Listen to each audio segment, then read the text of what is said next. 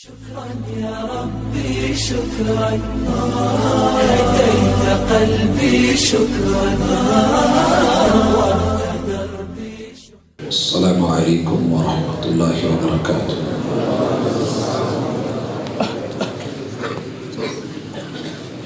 الحمد لله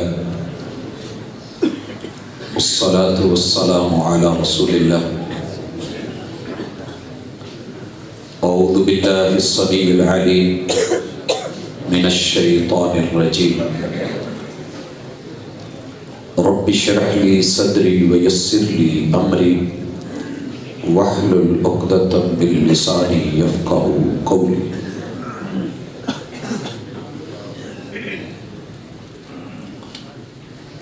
تربیت سے ہی بدلتا ہے قوموں کا مزاج. تربیت سے ہی بدلتا ہے قوموں کا مزاج، وگرنہ علم سے ابو جہل کی جہالت نہیں جاتی. احباب ذی وقار،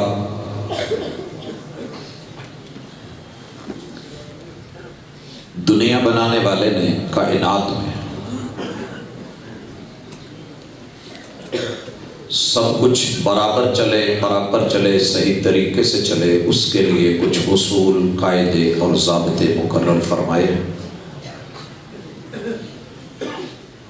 ان میں سے ایک اہم ترین ضابطہ جسے بے شمار مفسرین نے بذات خود اسلام کہا ہے، دین حنیف کہا ہے، یا اس کا خلاصہ بولا ہے، وہ ہے عدل،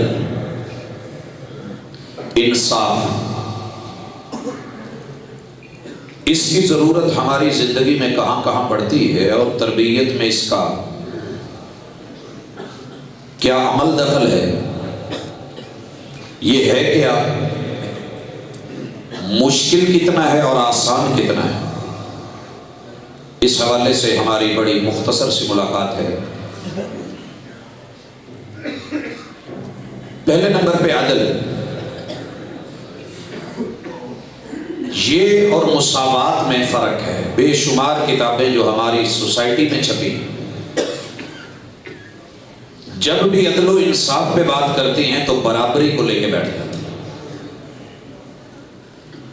اور جب اسلام پہ بات کرتے ہیں تو دین مساوات کہہ کے بات مکمل نہیں کرتے، ادھوری چھوڑ دیتے ہیں. نتیجہ یہ نکلتا ہے کہ مرد اور عورت کے حقوق میں اللہ نے جو عدل رکھا ہے وہ اسے مساوات کی شکل میں دیکھنا چاہتے ہیں، اور جہاں مساوات ہیں ان کے معانی، مفاہیم، مطالب اور مقاصد غلط رخ میں لے جاتے ہیں. مساوات ہماری تخلیق میں اللہ رب العزت نے خلق کے اعتبار سے جو نسبتیں جڑی وہاں آپ کو مساوات نظر آئے گی. لیکن جہاں حقوق، ضروریات، ان کو ہم پڑھتے ہیں تو پھر ہمیں وہاں اللہ کا نظام عدل دکھتا ہے. عدل ہے کیا؟ وضع الشیء فی محلی، جس چیز کا جو مقام بنایا گیا ہے اسے اس جگہ پر رکھنا، یہ عدل ہے.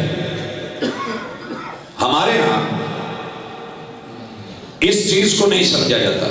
آسمان کا سورج کئی ستاروں سے 4 کروڑ گنا چھوٹا ہے، لیکن آسمان کی سرداری سورج کو دے دینا یہ اللہ کا عدل ہے. یہ اللہ رب العزت کا فیصلہ، واللہ یحکم لا معقب لحکمہ، یہ اس کی زندہ مثال ہے. اللہ کے فیصلوں پہ جو عدل پہ مبنی ہے، حق پہ مبنی ہے. کیوں؟ الا یعلم من خلق، جس نے بنایا ہے کیا وہی نہیں جانتا؟ لہذا دین حنیف کے جتنے بھی اصول، قاعدے اور ضابطے، ان میں ہمیں مساوات نہیں دکھتی تو یاد رہے وہ عدل پہ مبنی، وہ عدل پہ مبنی۔ مالک الملک نے اس مقصد کے لیے کتاب و سنت میں جو تعلیمات دی ہیں ہم ان کا خلاصہ رکھنا چاہ رہے ہیں تاکہ جہاں جہاں ہم سے غلطی ہوتی ہے اسے صحیح کریں۔ سب سے پہلے میں اور آپ اپنی زندگی کے ساتھ انفرادی عدل کیسے کریں، کہاں کہاں اور کیوں کریں؟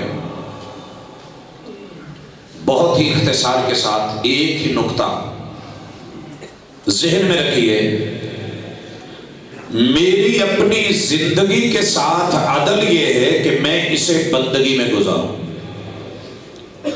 بندگی میں گزاروں، اور اس بندگی میں گزارنے کے لیے مجھے جتنے بھی سہاروں کی ضرورت ہے میں رب سے مانگوں یا رب سے پوچھوں کہ کون سا سہارا میرے لیے جائز ہے۔ یہ زندگی کے ساتھ بندے کا عدل ہوگا۔ میری زندگی بندگی میں گزرے کیا مانا؟ میرا کوئی مالک ہے، میرا کوئی مالک ہے، میں نے اس کے آرڈر کو دیکھنا ہے اور زندگی کا پل پل اس کے کہنے پہ گزارنا ہے۔ جب اس نے حقوق العباد کا حکم دیا ہے تو میں وہ ٹائم حقوق العباد کو دوں، اور جب وہ وقت حقوق اللہ کا کہا گیا ہے تو وہ ٹائم میں حقوق اللہ کو دوں۔ یہ میرا وقت کے ساتھ اور اپنی زندگی کے ساتھ بندگی کے ساتھ عدل ہوگا۔ میں مثال لیتا ہوں، ہمارے کچھ طلبہ ہیں، وہ زندگی میں کامیاب ہونے کے لیے 24 گھنٹوں میں سے 26 گھنٹے پڑھتے ہیں۔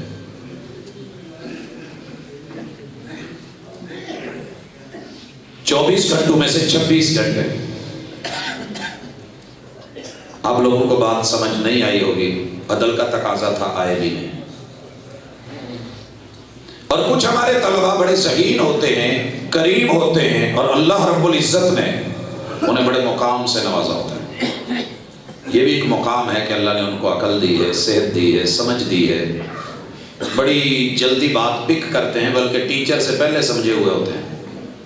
اور ایسے لوگ ہوتے ہیں، ہر دور میں رہے، سمجھانے والے سے زیادہ سمجھ رہے ہوتے ہیں، اور مبلغ سے بڑے مبلغ ہو کے انہوں نے کل آنا ہوتا ہے۔ اور یہ خوشخبریاں ہیں، لیکن ان بیچاروں کی حالت یہ ہوتی ہے کہ انہوں نے کبھی کتاب کھول کے نہیں دیکھی، پڑھ کے نہیں دیکھا، پڑھانے بیٹھیں گے، حالانکہ وقت کے پیغمبر کو حکم ملا تھا اقرا، پڑھانا ہے تو پہلے پڑھیے، پڑھانا ہے تو پڑھیے، قوم کو پڑھانا ہے۔ اب بغیر پڑھے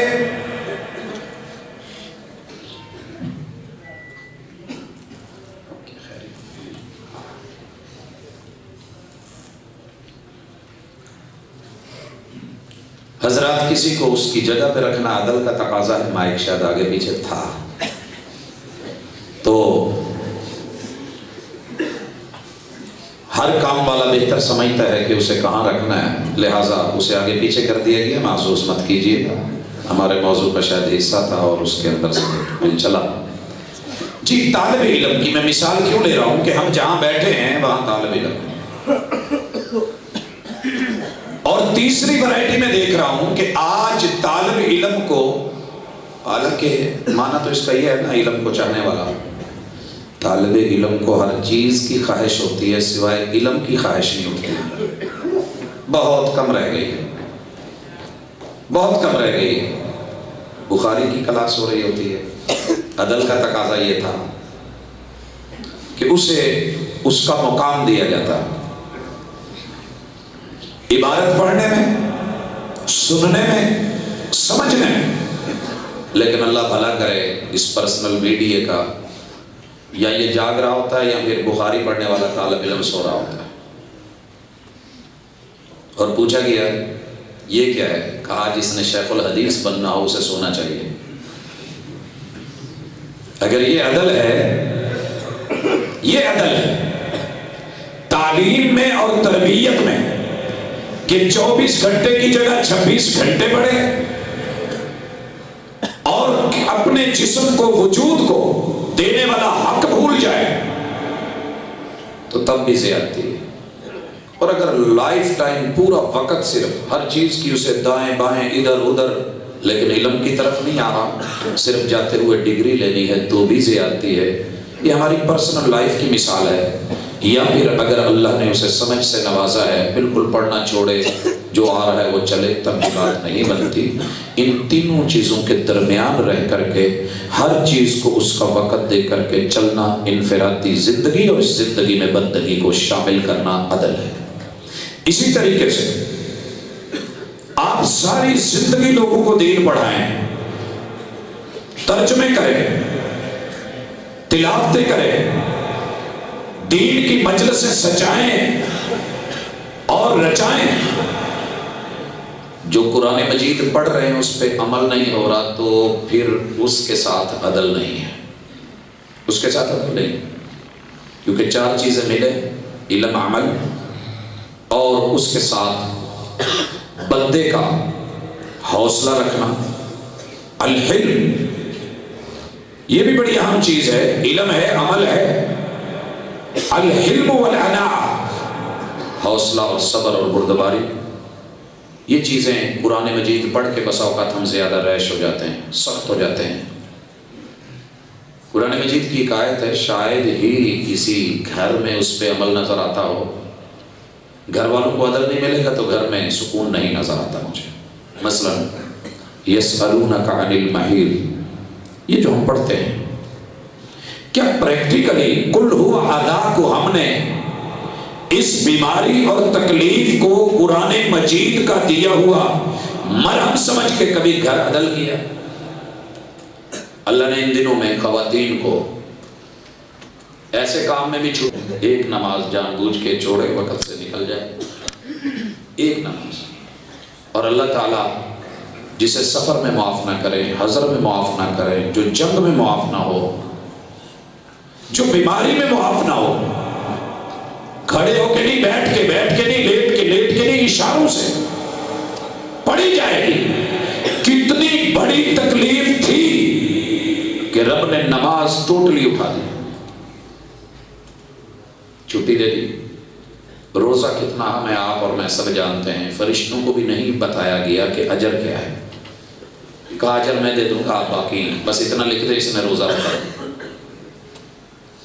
ویسے آپ بھی لکھے، یہ جو وفد آ رہے تھے مجھے اچھا لگ رہا تھا کہ بتائے جا رہے تھے اتنے لوگ، ہر آدمی کے ساتھ 2 فرشتے وہ بھی ایڈ کر لیں، موجود ہیں ماشاءاللہ، تاکہ تعداد اور اس کے ساتھ ان کے لیے بھی دعا۔ بہرحال اللہ نے نماز کی بھی چھٹی دے دی اور روزے بھی کہا تم نے اب نہیں رکھنے۔ ہم سب نے شیوخ الحدیث سے لے کے علماء تلک، علماء سے لے کے عوام تلک، کبھی اپنے گھر میں ماں بہن بیٹی کو یہ سبق پڑھا سکے پریکٹیکلی کہ جو اس تکلیف کے ساتھ بیٹی ہو، بھابی ہو، نند ہو، بہو ہو، ساس ہو، اس کو آپ ریلیکس کر دیں، اس کی ڈیوٹی کسی اور کو دے دیں، بعد میں جب اس پہ مشکل دن آئیں گے تو اس کی ڈیوٹی بانٹ لی جائے گی۔ اللہ تو اپنی ڈیوٹیاں اٹھاتا ہے۔ تو آیات کے ساتھ، کتاب اللہ کے ساتھ، سنت رسول اللہ کے ساتھ، الفاظ اور کلمات کے ساتھ، متون کے ساتھ، صرف صرفی بحثوں میں، نحوی بحثوں میں الجھے رہنا اور گرامر کے اعتبار سے پڑھتے رہنا اور جو ہے کوفی بصری بن کے زندگی گزار دینا، شب تربیت ابا کرتی ہے۔ اس کا تربیت کے تقاضے ہیں کہ جو روٹین میں چلا آ رہا ہے اس سے ہٹ کے بھی حقیقت پہ مبنی کچھ اپنی زندگی کی شروعات کی جائیں، تاکہ اللہ رب العزت ہماری زندگیوں میں وہ برکات نازل فرمائیں جو اللہ نے دین کے نظام عدل میں رکھ چھوڑی۔